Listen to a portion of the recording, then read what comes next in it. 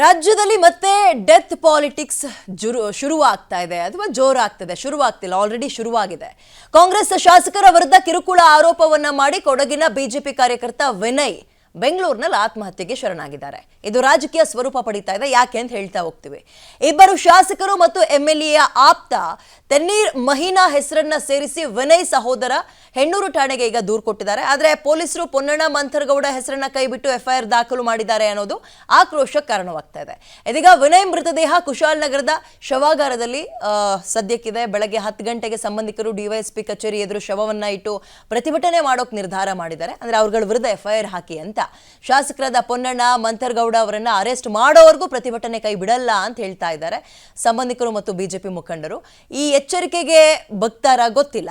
ಈ ಪ್ರತಿಭಟನೆಯಲ್ಲಿ ಬಿಜೆಪಿ ರಾಜ್ಯಾಧ್ಯಕ್ಷ ಬಿವೈ ವಿಜಯೇಂದ್ರ, ವಿರೋಧ ಪಕ್ಷದ ನಾಯಕ ಆರ್ ಅಶೋಕ್, ಪರಿಷತ್ನ ಪ್ರತಿಪಕ್ಷ ನಾಯಕ ಛಲವಾದಿ ನಾರಾಯಣ ಸ್ವಾಮಿ ಸೇರಿದಂತೆ ಇನ್ನೂ ಹಲವರು ಭಾಗಿಯಾಗ್ತಾ ಇದ್ದಾರೆ. ಶಾಸಕರ ವಿರುದ್ಧ ಎಫ್ಐಆರ್ ಆಗ್ಲೇಬೇಕು ಅಂತ ಕುಟುಂಬಸ್ಥರು ಒತ್ತಾಯವನ್ನ ಮಾಡ್ತಾ ಇದ್ದಾರೆ.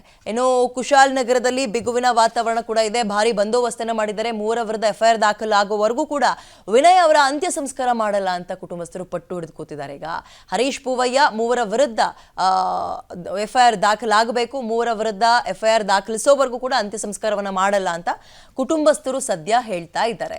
ತೆನ್ನೀರ ಮಹೀನಾ ವಿರುದ್ಧ ಮಾತ್ರ ಎಫ್ಐಆರ್ ದಾಖಲು ಮಾಡಿದ್ದಾರೆ. ನನ್ನ ತಮ್ಮನ ಸಾವಿಗೆ ನ್ಯಾಯ ಸಿಗಬೇಕು. ವಿನಯ್ ಸೋಮಯ್ಯ ಅವರ ತಮ್ಮ ವಿವೇಕ್ ಸೋಮಯ್ಯ ಇದೀಗ ಆಗ್ರಹವನ್ನ ಮಾಡ್ತಾ ಇದ್ದಾರೆ. ಓಕೆ, ಸುದ್ದಿ ಇಷ್ಟೇ.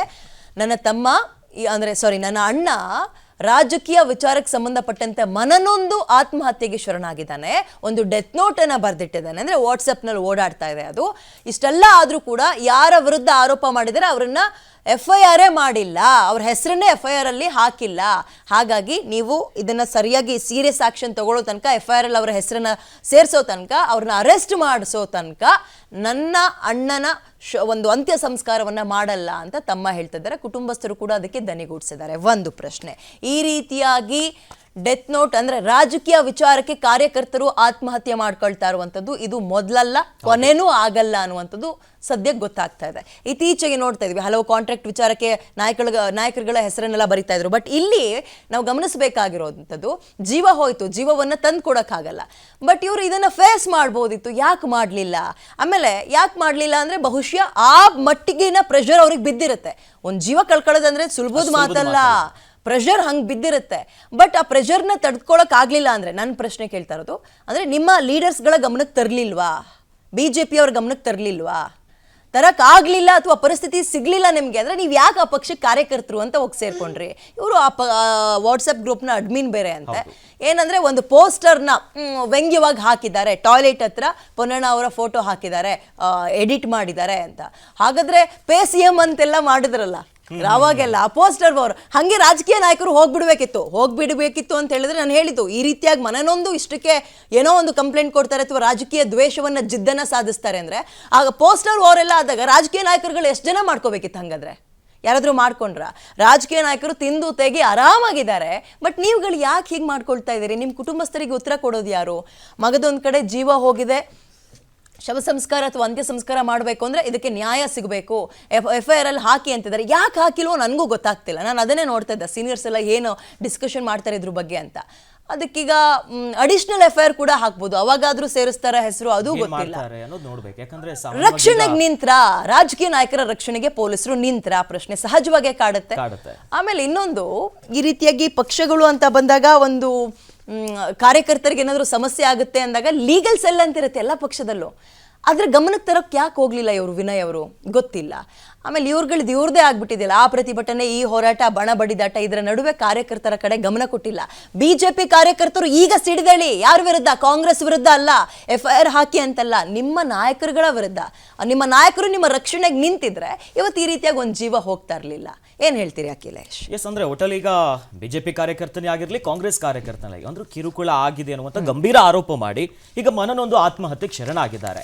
ಒಟ್ಟಿನಲ್ಲಿ ಈಗ ಅಲ್ಲಿ ಕುಟುಂಬ ಪ್ರಶ್ನೆ ಮಾಡ್ತಿರೋದು ಏನು, ಯಾರ್ಯಾರು ಕೈ ಶಾಸಕರ ಮೇಲೆ ಈಗ ಆರೋಪ ಮಾಡಿದಾರಲ್ಲ, ನನಗೆ ಈ ರೀತಿ ಸಮಸ್ಯೆ ಆಗಿದೆ, ಕಿರುಕುಳ ಆಗಿದೆ, ಎಫ್ಐಆರ್ ದಾಖಲಾಗಿದೆ, ನನ್ನ ಮೇಲೆ ಏನೂ ಆಗಿಲ್ಲ, ಈ ರೀತಿ ಹಿಂಸೆ ಆಗಿದೆ ಅನ್ನೋ ವಿಚಾರಕ್ಕೆ ಯಾಕೆ ಅಂದ್ರೆ ಡೆತ್ ನೋಟ್ನಲ್ಲಿ ಒಂದಿಷ್ಟು ವಿಚಾರ ಇವರೇ ಇದ್ರು, ಇವರಿಂದ ಸಮಸ್ಯೆ ಆಯಿತು ಅಂತ ಉಲ್ಲೇಖ ಮಾಡಿದ್ರು ಕೂಡ ಕ್ರಮ ಯಾಕೆ ತೆಗೆದುಕೊಳ್ತಾ ಇಲ್ಲ?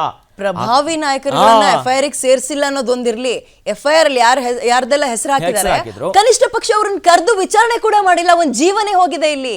ಇದು ಅನುಮಾನಕ್ಕೆ ಈಡ್ ಮಾಡ್ಕೊಡ್ತಾ ಇರುವಂತದ್ದು. ಬಿಜೆಪಿ ನಾಯಕರುಗಳು ನಿಮ್ಮ ಕಾರ್ಯಕರ್ತರುಗಳನ್ನ ಈ ರೀತಿಯಾಗಿ ಜೀವ ಹೋಗೋಕ್ ಬಿಟ್ರೆ ನಿಮ್ಗಳನ್ನ ಯಾರು ನಂಬಲ್ಲ, ನಿಮ್ ಪಕ್ಷದಲ್ಲಿ ಯಾರು ಕಾರ್ಯಕರ್ತರಾಗಿ ಉಳ್ಕೊಳ್ಳಲ್ಲ. ಕಾರ್ಯಕರ್ತರು ಅಂದ್ರೆ ಊರ್ಗಳ ಕಡೆ ಎಲ್ಲ ಹೆಂಗಿರುತ್ತೆ ಹೇಳಿ ಅಖಿಲೇಶ್, ನಮ್ಮೂರಲ್ಲಿ ನಿಮ್ಮೂರಲ್ಲಿ ಒಂದ್ ರೀತಿ ಗತ್ತು. ಎಸ್, ಇದ್ರ ಬಗ್ಗೆ ಮೋರ್ ಡೀಟೇಲ್ಸ್ ನನ್ನ ಕಲಿಗೆ ವೀರೇಶ್ ನೀಡ್ತಾರೆ. Good morning Veeresh. ಮೇಲ್ನೋಟಕ್ಕೆ ಬಹಳ ಸ್ಪಷ್ಟವಾಗಿ ಕಾಣ್ತಾ ಇರುವಂತದ್ದು ರಾಜಕೀಯ ನಾಯಕರ ರಕ್ಷಣೆಗೆ ನಿಂತ್ರ ಪೊಲೀಸರು ಅಂತ. ಉತ್ತರವನ್ನ ಹೇಗ್ ಕೊಡ್ಬೋದು, ಹೇಗ್ ವಿವರಿಸಬಹುದು ಇದನ್ನ?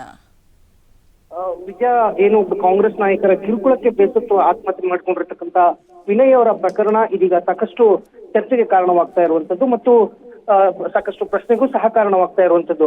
ವಿನಯ್ ಆತ್ಮಹತ್ಯೆ ಪ್ರಕರಣದ ವಿಚಾರವಾಗಿ ಈಗಾಗಲೇ ಪೊಲೀಸರು FIR ನ ದಾಖಲು ಮಾಡಿದ್ದಾರೆ. ಆದ್ರೆ ಮೃತ ವಿನಯ್ ಅವರ ಕುಟುಂಬದ ಸದಸ್ಯರು ನೀಡಿರ್ತಕ್ಕಂಥ ಹೆಸರುಗಳ ಆಧಾರದ ಮೇಲೆ FIR ನ ದಾಖಲು ಮಾಡಿಲ್ಲ. ಪೊಲೀಸರು ರಾಜಕೀಯ ನಾಯಕರನ್ನ ರಕ್ಷಣೆ ಮಾಡ್ತಾ ಇದ್ದಾರೆ ಅನ್ನೋ ಒಂದು ಗಂಭೀರ ಆರೋಪವನ್ನ ಇದೀಗ ಮೃತ ವಿನಯ್ ಕುಟುಂಬಸ್ಥರು ಆರೋಪವನ್ನ ಮಾಡ್ತಾ ಇದ್ದಾರೆ. ಇದನ್ನೇ ಇಟ್ಕೊಂಡು ಇದೀಗ ಬಿಜೆಪಿ ಅವರ ಪಕ್ಷದ ಕಾರ್ಯಕರ್ತ ವಿನಯ್ ಆತ್ಮಹತ್ಯೆ ಪ್ರಕರಣವನ್ನ ಇದೀಗ ಹೋರಾಟಕ್ಕೆ ತಿರುಗಿಸ್ತಾ ಇದ್ದಾರೆ. ಇವತ್ತು ಕೊಡಗಿನಲ್ಲೂ ಸಹ ಮೃತ ದೇಹವನ್ನ ಇಟ್ಟು ಪ್ರತಿಭಟನೆ ಮಾಡ್ಲಿಕ್ಕೆ ಬಿಜೆಪಿ ನಾಯಕರು ಮುಂದಾಗ್ತಾ ಇದ್ದಾರೆ. ವಿಜಯ, ದನಿ, ಈಗ ಜೀವ ಹೋದ್ಮೇಲೆ ಇವ್ರು ಪ್ರತಿಭಟನೆ ಮಾಡಿ ಏನ್ ಪ್ರಯೋಜನ? ಜೀವ ಅಂತೂ ತಂದ್ಕೊಡಕ್ಕಾಗಲ್ಲ. ನನ್ಗೊಂದ್ ಹೇಳಿ, ಈ ಡೆತ್ ನೋಟ್ ಅಲ್ಲಿ ಯಾರ್ದೆಲ್ಲ ಹೆಸರಿದೆ ರಾಜಕೀಯ ನಾಯಕರುಗಳದ್ದು? ಎಷ್ಟು ಜನರ ಮೇಲೆ ಆಕ್ಷನ್ ಆಗಿದೆ? ಅಂದ್ರೆ ವಿಚಾರಣೆಗೆ ಕರೆದಿದ್ದಾರೆ, ಯಾರನ್ನ ಇನ್ನೂ FIR ಹೆಸರಿಗೆ ಸೇರ್ಸಿಲ್ಲ. ಇದು ಸ್ವಲ್ಪ ಕನ್ಫ್ಯೂಷನ್ ಇದೆ, ಇದ್ರ ಬಗ್ಗೆ ಹೇಳೋದಾದ್ರೆ?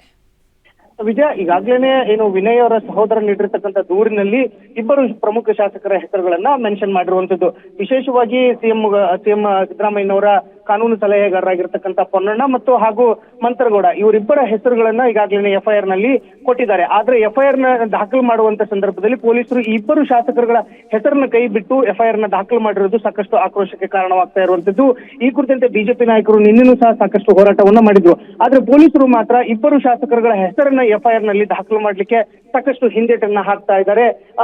ಮೃತನ ಕುಟುಂಬಸ್ಥರು ಮತ್ತು ಬಿಜೆಪಿ ನಾಯಕರು ಕೇಳಿದಂತ ಸಂದರ್ಭದಲ್ಲಿ ನಾವು ಕೋರ್ಟ್ಗೆ ವರದಿಯನ್ನು ಸಲ್ಲಿಸುವಂತ ಸಂದರ್ಭದಲ್ಲಿ ಆ ಸಂದರ್ಭದಲ್ಲಿ ಪರಿಗಣನೆ ಮಾಡ್ತೀವಿ ಅನ್ನೋ ಒಂದು ಮಾತುಗಳನ್ನ ಹೇಳ್ತಾ ಇದ್ದಾರೆ. ಹೀಗಾಗಿ ಇಬ್ಬರು ಕಾಂಗ್ರೆಸ್ ಶಾಸಕರ ವಿರುದ್ಧ ದೂರು ದಾಖಲಾಗದೇ ಇರೋದು ಸಾಕಷ್ಟು ಚರ್ಚೆ ಹಾಗೂ ಮತ್ತು ಪ್ರಶ್ನೆಗೆ ಕಾರಣವಾಗ್ತಾ ಇರುವಂತದ್ದು. ವಿಜಯ, ಈಗೇನು ಅದೇನು ದೊಡ್ಡ ಸಮಸ್ಯೆ ಅಲ್ಲ. FIR ಅಲ್ಲಿ ಹೆಸರು ಹಾಕಿಲ್ಲ ಅಂದ್ರೆ ಅಡಿಷನಲ್ FIR ಹಾಕ್ಬೋದಲ್ಲ, ಅದನ್ನಾದ್ರೂ ಹಾಕ್ತಾರಂತ ಅಥವಾ ಇಲ್ವಾ? ಬೇರೆ ವಿಚಾರಗಳಲ್ಲಿ ಮುತುವರ್ಜಿ ವಹಿಸಿ ಸ್ವಯಂ ಪ್ರೇರಿತ ಕೇಸ್ನೆಲ್ಲ ದಾಖಲು ಮಾಡ್ಕೊಳ್ತಾರೆ ಪೊಲೀಸರು. ಇಲ್ಲೋಗಿ ಕುಟುಂಬಸ್ಥರೇ ನಮ್ಮ ಮನೇಲಿ ಒಂದು ಜೀವ ಹೋಗಿದೆ, ಹೆಣ ಬಿದ್ದಿದೆ, ಇಂಥವ್ರ ಮೇಲೆ ಒಂದು FIR ಕಂಪ್ಲೇಂಟ್ ಮಾಡಿ ರೇಸ್ ಮಾಡಿ ಅಂದ್ರೆ ಯಾಕೆ ಮಾಡ್ತಿಲ್ಲ? ವೀರೇಶ್, ಸಂಪರ್ಕ ಸಾಧ್ಯ ಆಗ್ತಿಲ್ಲ, ಧನ್ಯವಾದ. Death politics, correct, death politics ಜೋರಾಗಿದೆ, ಶುರುವಾಗಿಲ್ಲ, ರಾಜ್ಯದಲ್ಲಿ ಮುಂದುವರಿತಾ ಇದೆ. ಇದರ ನಡುವೆ ಮತ್ತೊಬ್ಬ ಅಮಾಯಕನ ಜೀವ ಹೋಗಿದೆ. ಇವ್ರ ಮೇಲೆ ಯಾವ ರೀತಿಯ ಒತ್ತಡಗಳು ಕೇಳಿ ಬರ್ತಿತ್ತು? ನಾವಿಲ್ಲಿ ಕುತ್ಕೊಂಡು ಮಾತಾಡೋದು ಸುಲಭ, ಅಯ್ಯೋ ಅವ್ರು ಫೇಸ್ ಮಾಡಬೇಕಿತ್ತು, ಹಂಗೆ ಮಾಡಬೇಕಿತ್ತು ಅಂತ. ಅವ್ರ ಮೇಲೆ ಯಾವ ರೀತಿಯ ಪ್ರಭಾವವನ್ನು ಬೀರ್ತಾ ಇದ್ರು, ಆ ಮನುಷ್ಯನಿಗೆ ಅದೆಷ್ಟು ಒಂದು ಟಾರ್ಚರ್ ಆಗ್ತಾ ಇತ್ತು, ಸುಲಭವಾಗಿ ಸೂಸೈಡ್ ಮಾಡ್ಕೊಳ್ಳೋದಕ್ಕೆ ಮುಂದಾಗಲ್ಲ. ಆಮೇಲೆ ಇನ್ನೊಂದೇನಂದ್ರೆ, ಆರೋಪಗಳನ್ನು ಮಾಡಿದ್ರೆ ನಾವು ಕ್ಯಾರೆ ಅನ್ನಲ್ಲ ಅಂದ್ರೆ ರಾಜಕೀಯ ನಾಯಕರುಗಳು, ಇಲ್ಲ ಜೀವ ಹೋದ್ಮೇಲೆ ಹಿಂಗ್ ಮಾತಾಡ್ಕೊಳ್ಬೇಕು. ಪರಿಸ್ಥಿತಿ ಹಿಂಗಾಗಿದೆ ನೋಡಿ. ಅದಕ್ಕೆ ಯಾವ್ದಾದ್ರು ಒಂದು ಪಕ್ಷಕ್ಕೆ ಸೇರ್ತೀನಿ, ಕಾರ್ಯಕರ್ತನ ಆಗ್ತೀನಿ ಅನ್ನೋಕ್ಕಿಂತ ಮುಂಚೆ ನೀವುಗಳು ಯೋಚನೆ ಮಾಡಿ. ಅವ್ರು ನಿಮ್ಮನ್ನ ಸೆಳಿತಾರೆ, ಅಯ್ಯೋ ಬನ್ರೋ ನಾವಿದೀವಿ ನಿಮ್ ಜೊತೆ, ಹಂಗೆ ಹಿಂಗೆ ಅಂತ ಮಾತಾಡ್ತಾರೆ, ಅಣ್ಣ ತಮ್ಮ ಅಂತೆಲ್ಲ ಮಾತಾಡ್ತಾರೆ. ಬಟ್ ನಿಮ್ಮನ್ನ ನಂಬ್ಕೊಂಡು ಒಂದು ಕುಟುಂಬ ಇರುತ್ತೆ ನಿಮ್ಮ ಮನೆಯಲ್ಲಿ, ಅವ್ರಿಗೆ ದಿಕ್ಕ್ಯಾರು? ವಿನಯ್ ಕುಟುಂಬಕ್ಕೆ ದಿಕ್ಕ್ಯಾರೀಗ? ತಮ್ಮ ಅಣ್ಣ ಅಂತ ಯಾರನ್ನು ಕರೀತಾರೆ? ಇದನ್ನು ಯೋಚನೆ ಮಾಡಿ. ಈ ರಾಜಕೀಯದವ್ರದ್ದು ಬಿಟ್ಟಾಕಿ ಇವತ್ತು ಬರ್ತಾರೆ, ಹಬ್ಬ ಅಂದ್ರೆ ಏನಾಗ್ಬೋದು, ಇಲ್ಲೂ ರಾಜಕೀಯ ಬೇಳೆ ಬೇಯಿಸ್ಕೊಳಕ್ಕೆ ಅವ್ರ ಊರಿಗೆ ಹೋಗ್ತಾರೆ, ಶವದ ಮುಂದೆ ಒಂದು 4 ಕಣ್ಣೀರು ಹಾಕಿ ಮತ್ತೆ ಒಂದು ಪ್ರತಿಭಟನೆ ಅಂತ ಮಾಡ್ತಾರೆ, ಮುಗೀತು, ಅವ್ರ ಪಾಡಿಗೆ ಅವ್ರ ಮನೆಗೆ ಹೋಗ್ತಾರೆ. ಆ ಕುಟುಂಬಕ್ಕೆ ನ್ಯಾಯ ಒದಗಿಸೋದು ಯಾರು? ಹಾಗಾಗಿ ಹೇಳ್ತಾ ಇರೋದು, ಯಾವುದಾದ್ರೂ ಒಂದು ಪಕ್ಷದ ಪರವಾಗಿ ನಿಂತ್ಕೊಳ್ತೀನಿ, ರಾಜಕೀಯ ನಾಯಕರ ಪರವಾಗಿ ನಿಂತ್ಕೊಳ್ತೀನಿ ಅಂದಾಗ 100 ಸಲ ಯೋಚನೆ ಮಾಡಿ. ಅವ್ರಿಗೆ ನಿಮ್ಮಿಂದ ಉಪಯೋಗ ಇರುತ್ತೆ, ನಿಮಗೆ ಅವರಿಂದ ಏನು ಉಪಯೋಗ ಆಗುತ್ತೆ? ಉಪಯೋಗ ಆಗದಿದ್ರೆ ಮಾತ್ರ ಹೋಗಿ. ಎಲ್ರಿಗೂ ಹೇಳ್ತಾ ಇರೋದು, ಬರೀ ಬಿಜೆಪಿ ಅವರಿಗಲ್ಲ, ಕಾಂಗ್ರೆಸ್ ಬಿಜೆಪಿ ಯಾವ್ಯಾವ ಪಕ್ಷದಲ್ಲಿ ಕಾರ್ಯಕರ್ತರು ಅಂತ ಮೆರೆದಾಡ್ತಾ ಇರ್ತೀರಿ. ಅದ್ಯಾರ್ದೋ ಬರ್ತಡೇ ಆದ್ರೆ ಈ ಊರಲ್ಲೆಲ್ಲ ಫ್ಲೆಕ್ಸ್ ಹಾಕು, ಬ್ಯಾನರ್ ಹಾಕು, ಬಾವುಟಗಳನ್ನು ಹಾಕು, ಹಿಂಗೆಲ್ಲ ಮಾಡ್ತೀರಿ. ಏನು ಉಪಯೋಗ? ನಿಮಗೆ ಅವರಿಂದ ಏನು ಉಪಯೋಗ ಆಗ್ತದೆ ಅಂತ ತಿಳ್ಕೋಬೇಕು. ಅನ್ಯಾಯವಾಗಿ ಒಂದು ಜೀವ ಹೋಗಿದೆ, ಮತ್ತು ಮುಂದಕ್ಕೆ ಈ ರೀತಿಯ ಜೀವಗಳು ಎಷ್ಟು ಹೋಗುತ್ತೋ ಗೊತ್ತಿಲ್ಲ. ನಾನು ಅದೇ ಹೇಳಿದ್ದು, ಕಾಂಗ್ರೆಸ್ ಬಗ್ಗೆ ನಾನು ದೂರ್ತಾ ಇಲ್ಲ. ನಿಮ್ಮದೇ ಪಕ್ಷದಲ್ಲಿ ಕಾರ್ಯಕರ್ತರು ಈ ಪರಿಯಾಗಿ ಒಂದು ಸಮಸ್ಯೆಯನ್ನು ಅನುಭವಿಸ್ತಾ ಇದ್ದಾರೆ ಅಂದಾಗ ಬಿಜೆಪಿಯ ಯಾವ ಲೀಡರ್ಸ್ ಗಮನಕ್ಕೂ ಹೋಗ್ಲಿಲ್ವಾ ಇದು? ಅಥವಾ ಇವ್ರುಗಳೇ ತರೋ ಪ್ರಯತ್ನವನ್ನ ಮಾಡ್ಲಿಲ್ವಾ? ಇವೆಲ್ಲವೂ ಚರ್ಚೆ ಆಗಬೇಕು. ಆಮೇಲೆ ವಾಟ್ಸಪ್ ಇರುವಂತದ್ದು ಇದು ಡೆತ್ ನೋಟ್ ಆಗಿ ಪರಿಗಣಿಸ್ತಾರಾ ಇಲ್ವಾ ಅನ್ನುವಂತಹ ಚರ್ಚೆ ಕೂಡ ಇದೆ. ಈಗ ಪೇಪರ್ ಅಲ್ಲಿ ಬರ್ದಿದ್ರು ಅಂದ್ರೆ ಹ್ಯಾಂಡ್ ರೈಟಿಂಗ್ ಮ್ಯಾಚ್ ಆಯ್ತಾ ಮಗದೊಂದ ಹಂಗ್ ನೋಡ್ತಾ ಇದ್ರು. ವಾಟ್ಸಪ್ ಇದನ್ನ ಹೇಗೆ ಪರಿಗಣಿಸ್ತಾರೆ ಅದು ಕೂಡ ಗೊತ್ತಿಲ್ಲ. ಮತ್ತೊಂದು ಕಡೆ ಅವ್ರ ಊರಿನಲ್ಲಿ ಅಂತ್ಯ ಸಂಸ್ಕಾರ ನಾವು ಮಾಡದೇ ಇಲ್ಲ, ಇದೊಂದು ತಾರ್ಕಿಕ ಅಂತ್ಯವನ್ನ ಕಾಣಬೇಕು, ತಕ್ಕ ಒಂದು ಶಿಕ್ಷೆ ಆಗಬೇಕು ಅಂತಿದ್ದಾರೆ. ನೋಡೋಣ ಎಲ್ಲಿ ತನಕ ಹೋಗಿ ನಿಲ್ಲುತ್ತೆ ಅಂತ. ಸೊ ಹಂಗೆ ಮಾಡೋಕ್ಕಾಗಲ್ಲ. ಈಗ FIR ಆಗೋ ತನಕ ಕೂಡ ನಾವು ಅಂತ್ಯ ಸಂಸ್ಕಾರ ಮಾಡೋಕ್ಕಾಗಲ್ಲ ಅಂದ್ರೆ ಎಲ್ಲಿ ತನಕ ಇಟ್ಕೊಳ್ತೀರಿ ಬಾಡಿನ? ಜೀವ ಇಲ್ವಲ್ಲ ಅದಕ್ಕೆ. ಹೌದು.